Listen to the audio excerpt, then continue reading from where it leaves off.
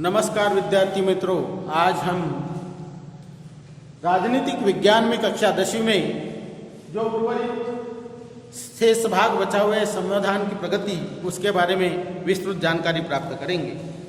सामाजिक न्याय और समता संविधान के उद्देश्य सामाजिक न्याय और समता मूल्यों पर आधारित नए समाज का निर्माण करना, यह हमारा संविधान का उद्देश्य है। यह उद्देश्य प्राप्त करने के लिए सरकार और समाज आपसी तालमेल से दोनों को प्रयास करने चाहिए।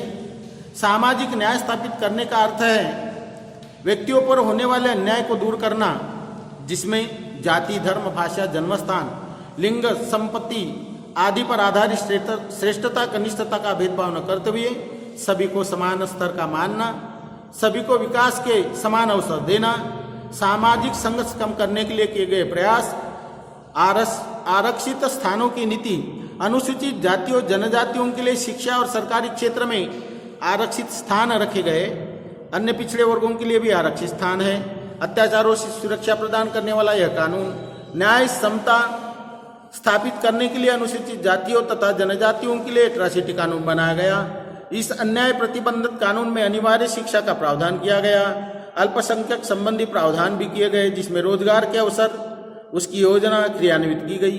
अल्पसंख्यकों के मूलभूत अधिकारों का संरक्षण दिया गया। महिला संबंधी कानून बनाए गए, जिसमें महिलाओं की निरक्षरता दूर करके उन्हें विकास के पर्याप्त अवसर देकर सक्षम बनाने का मुख्य उद्देश्य है। पिता और पति की संपत्ति में महिलाओं का समान हिस्सा। नंबर 2 में दहेज प्रतिबंधक कानून। नंबर 3 में लैंगिक अत्याचार से सुरक्षा देने वाला कानून। नंबर 4 में घरेलू अत्याचार प्रतिबंधक कानून भी रखा हुआ है। महिलाओं का प्रतिनिधित्व 73वें और 74वें संविधान संशोधन द्वारा स्थानीय शासन संस्थाओं में 33% आरक्षित स्थान। तो महाराष्ट्र सहित 15 राज्यों में संख्या 50% रखी गई है। महिला पर होने वाले अत्याचार के उन्मूलन के लिए राष्ट्रीय और राज्य महिला आयोग की स्थापना की गई। अब चलेंगे हम विस्तृत जानकारी प्राप्त करने के लिए न्यायालयों की भूमिका। संविधान का मौलिक ढांचा। संविधान के मौलिक ढांचे को देखते हुए यह हमारे ध्यान में आता है कि संविधान प्रवाहमान होता है। उसका स्वरूप किसी जीवित दस्तावेज की तरह होता है। परिस्थिति के अनुसार संविधान में परिवर्तन करने पड़ते हैं। यह परिवर्तन अर्थात संसद करती है। संसद को यह अधिकार दिया हुआ है। संविधान में परिवर्तन करते समय संसद संविधान के मौलिक ढांचे को चोट न पहुंचे अथवा क्षति नहीं पहुंचाती। यह भूमिका न्यायालय ने अपनाई। तो महत्वपूर्ण न्यायालय निर्णय। संविधान में निहित मौलिक अधिकारों द्वारा नागरिकों की प्राप्त संरक्षण को अधिक अर्थपूर्ण बनाने के लिए न्यायालय ने कई निर्णय किए हैं। न्यायालय ने जिन महत्वपूर्ण विषयों के संदर्भ में अनेक निर्णय किए, उसमें से बालकों का अधिकार, मानवाधिकार, महिलाओं की प्रतिष्ठा, उनके प्रति आदर बनाए रखने की आवश्यकता, व्यक्ति के स्वतंत्रता, आदिवासियों का सक्षमीकरण जैसे विषयों का समावेश किया गया। इन विषयों के संदर्भ में न्यायालय ने जो निर्णय किए, उन निर्णयों के कारण भारत की राजनीतिक प्रक्रिया परिपक्व होने में सहायता प्राप्त हुई। भारतीय लोकतंत्र के संदर्भ में संविधान और उन पर आधारित सरकार द्वारा की गई प्रगति यहाँ समीक्षा की है। फिर भी भारतीय लोकतंत्र के सामने अनेक चुनौतियां हैं। इसका यह अर्थ नहीं कि सरकार द्वारा बनाए गए कानून और नीतियों से सभी समस्याओं का हल हो गया। आज भी हमारे सामने अनेक नई समस्या आ रही है, परंतु लोकतंत्र के लिए आवश्यक ऐसा जनमानस उत्पन्न हुआ है। अगले प्रकरण में हम भारतीय चुनाव प्रक्रिया की जानकारी प्राप्त करेंगे, लेकिन उसके पहले ये जो हमने आपको बताया कि कितने % कहाँ पे महिलाओं को सांसद का प्रतिशत यहाँ पे दिया हुआ है, लोकसभा महिलाओं का प्रतिनिधित्व, ये तालिका आपको देखनी है। और उसके बाद में समझ ले कि कुछ महत्वपूर्ण है। लोकतंत्र के लिए सुशासन होना आवश्यक है।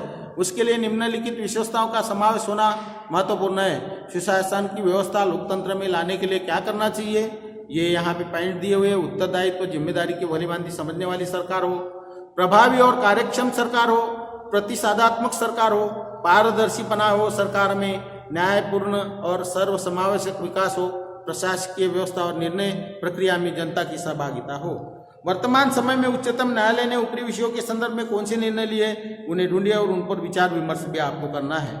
ये सारे आपको नेट के माध्यम से, अंतर्जाल के माध्यम से मिलेंगे। तो आइए हम स्वाध्याय की तरफ चलेंगे, कृति की तरफ। जो खाली स्थान दिए हुए हैं, उन खाली स्थानों को विकल्प चुनकर पूर्णता पूर्ण करना है, लिखना है और उसके नीचे अंडरलाइन करनी है। महाराष्ट्र में स्थानीय शासन संस्थाओं महिलाओं के लिए स्थान आरक्षित रखे गए। हमने तो एक जगह 35 देखा था, पूरे 73वें और 74वें संशोधन में, लेकिन आपको महाराष्ट्र की बात पूछी है इसलिए 50% आएगा। निम्न में से किस कानून के महिलाओं को स्वतंत्रता का संरक्षण करने और स्वयं का विकास साधने के लिए अनुकूल परिस्थिति निर्माण की है? तो वह है दहेज प्रतिबंधक कानून।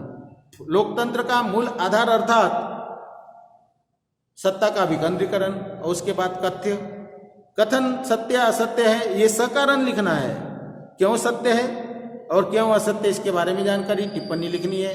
निम्न संकल्पनाओं को स्पष्ट कीजिए, ये भी आपको लिखने हैं। 5वां प्रश्न है, उनके उत्तर लिखने। 20 वर्ष से घटाकर 18 वर्ष करने का क्या परिणाम हुआ? हमारा देश युवा कह के जान सर्वत्र सभी विश्व में युवाओं के नाम से जाना गया। सामाजिक न्याय को पुनर्स्थापित करने का अर्थ क्या है? न्यायालय द्वारा दिए गए निर्णयों के महिलाओं के सम्मान प्रतिष्ठा की रक्षा कैसी हुई? ये सारे प्रश्नों के उत्तर आपको सविस्तर अपने कॉपी में लिखने हैं। इतना ही आज के लिए, और आपका दिन शुभ हो। धन्यवाद।